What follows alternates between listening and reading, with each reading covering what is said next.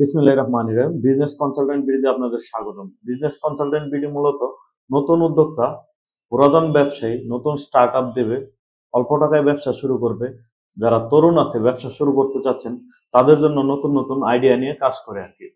তো বর্তমানে বাংলাদেশে শিক্ষিত মানুষের সংখ্যা অনেক বেশি, কিন্তু সেই তুলনায় চাকরির পরিমাণটা খুবই কম। সরকারি চাকরিতে তো ন্যূনতম কর্পোরেট লেভেলও যদি আপনি চিন্তা করেন, তাহলে টোটাল এডুকেটেড পার্সনের 20 থেকে 30% জব ভ্যাকেন্সি আছে আমাদের দেশে। সেক্ষেত্রে বাকি যে তরুণগুলো আছে তারা হতাশ হয়ে যান অনেকটা।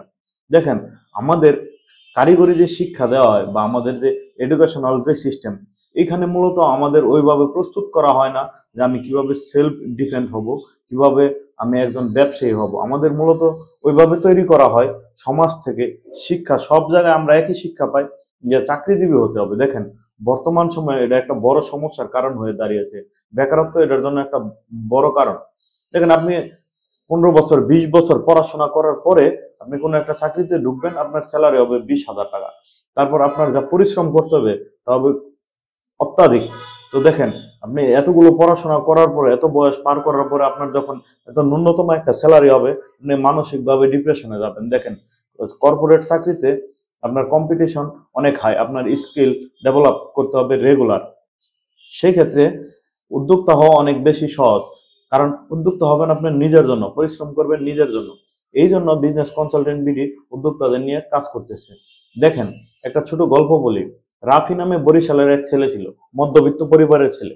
তখন তার বাবার পরিশ্রম দিয়ে তাদের সংসারটা মোটামুটি চলতো। তারা ছিল 3 ভাই 2 বোন। তো রাফি ছিল বড়, সে কলেজে পড়াশোনা করতো, অনার্স ফার্স্ট ইয়ারে। সে চিন্তা করলো এইভাবে আসলে তো হচ্ছে না, বাবার পরিশ্রম দিয়ে তার স্কুলের কলেজের যে টিউশনি ফি বা তার যে হোস্টেলের খরচ, এটা দিতে গিয়ে হিমশিম খাচ্ছে। সেক্ষেত্রে সে শুরু করলো, তার যে জেলা শহর আছে সেখান থেকে সে কিছু পণ্য নিয়ে আসলো, অ্যাক্সেসরিজ, মোবাইলের হেডফোন, ব্লুটুথ, এগুলো প্রায় 2,000 টাকার কিনে নিয়ে আসলো। নিয়ে আসার পরে তার বন্ধুদের কাছে প্রথমে বিক্রি করতে পারলো। সে 3 দিনেই বিক্রি করে ফেললো 2,000 টাকার পণ্য।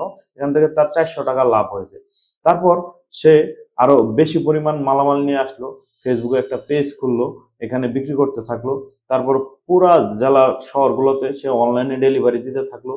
তারপর 6 মাস পরবর্তীতে তার ইনকাম এখন মাসে 25 থেকে 30 হাজার টাকা। সে তার 2টা কলেজ ফ্রেন্ডকেও সাথে নিয়েছে পার্ট টাইম প্যাকেজিং বা পেজটা সামলানোর জন্য আর কি। দেখেন, চেষ্টা থাকলে অনেক কিছুই সম্ভব। আজকে কথা বলবো 5 থেকে 7টি ওইরকম ব্যবসা নিয়ে যেগুলো আপনি অল্প পরিসরে টাকা দিয়ে এবং ঘরে বসে শুরু করতে পারেন। প্রথমেই রয়েছে ফ্রিল্যান্সিং ব্যবসা। দেখেন, বিষয়টা এরকম যে graphics design, content writing, web development, video editing, এই কাজগুলো আপনি একটু সময় নিয়ে যদি শিখে ফেলতে পারেন, 3 মাস 6 মাস আপনি নিজেকে সময় দিয়ে শিখে ফেলতে পারেন, দেন এগুলো আপনি ফাইবারে অনেক সুন্দর কাজ করতে পারবেন এবং এগুলোর ডিমান্ড দিন দিন বেড়েই যাচ্ছে। 2 নম্বর যে বিষয়টা রয়েছে তা হলো অনলাইন টিউশনি বা কোচিং। আপনি প্রয়োজনে বাসায় থেকেও জুমের মাধ্যমে এখন অনেকেই কোচিং করাচ্ছে, অনলাইন টিউশনি করাচ্ছে, আপনি এটা করতে পারেন। তারপর রয়েছে হোমমেড ফুড। দেখেন, হোমমেড ফুড এমন একটা ব্যবসা যেটা চাহিদা দিন দিন বাড়তেছে। যারা স্বাস্থ্য সচেতন মানুষ তারা চিন্তা করতেছে বাইরে একটা পণ্য কিনবো, ওটা কেমন হয়, স্বাস্থ্যের জন্য ভালো কিনা, হাইজেনিক কিনা। তো অনেক চিন্তা করে যারা বাসায় হোমমেড প্রোডাক্ট বানায় তাদের অর্গানিক ভেবে এটার দিকে চাহিদা অনেক বেশি। আপনারা চাইলে কেক, তারপর পিঠা, এরকম আইটেম যেগুলো রয়েছে এগুলো বানাতে পারেন এবং সেল করতে পারেন। এখন বর্তমান সময়ে ব্যবসা করা অনেক সহজ। আপনারা তো একটা ফোন রয়েছে, আপনি চাইলেই ব্যবসা করতে পারেন যদি আপনার ওইরকম সদিচ্ছা থাকে এবং পরিশ্রম করার মন মানসিকতা থাকে।